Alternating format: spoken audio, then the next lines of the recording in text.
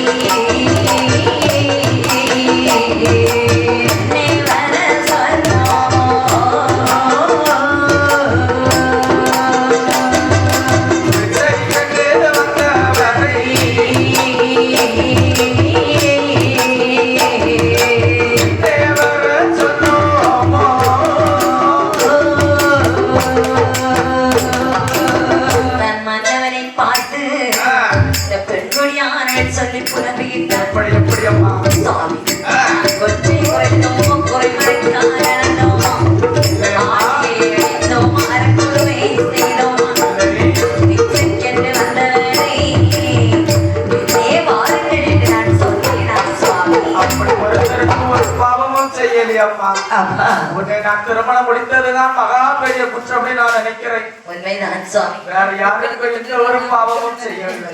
என்ன கல்யாணம் பண்றது நீங்க செஞ்ச தப்பா சுவாமி? அது மட்டும்தான் நான் செய்த முயற்சி சுவாமி. நான் உங்களை திருமணம் செய்ததற்கு பதிலாக உங்க தம்பியை திருமணம் செஞ்சிருந்தேன்.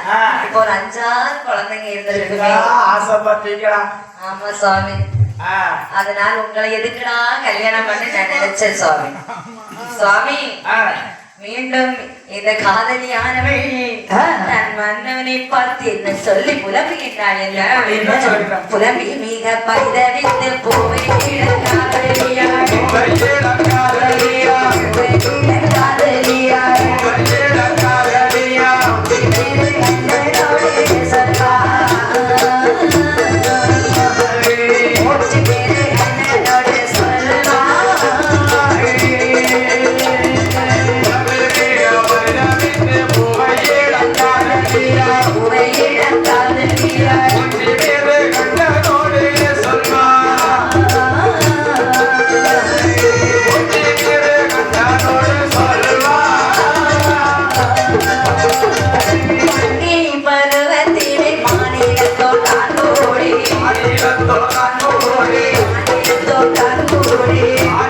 I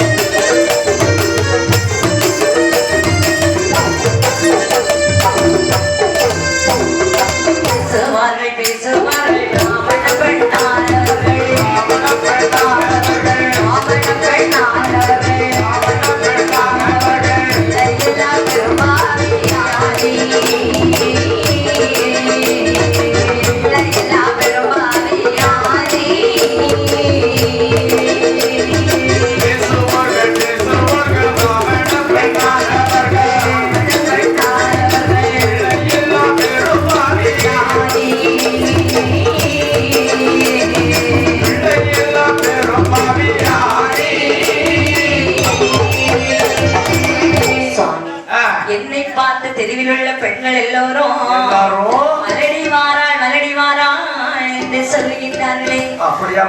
மலடி என்று சொல்லும் போது இந்த மாதத்தில் இருக்கலாமோ சாகலாமோ என்று தோன்றுகின்றது சுவாமி.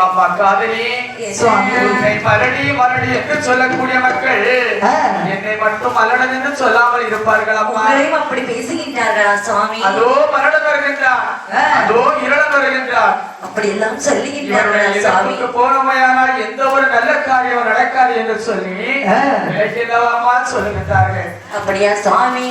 என்னை பார்த்து இருள் என்று சொல்லக்கூடிய நேரத்திலே இந்த உலகத்தில் இருக்கலாமோ சாகலாமோ என்று தோன்றுகின்றது சுவாமி. மறுபடி என்ற மாநிலத்தால் சொல்லும் பொழுது நான் இருப்பதை விட ஆளுவதே சிறந்ததும் சுவாமி என்று மீண்டும் மீண்டும் இந்த காதலியானவள்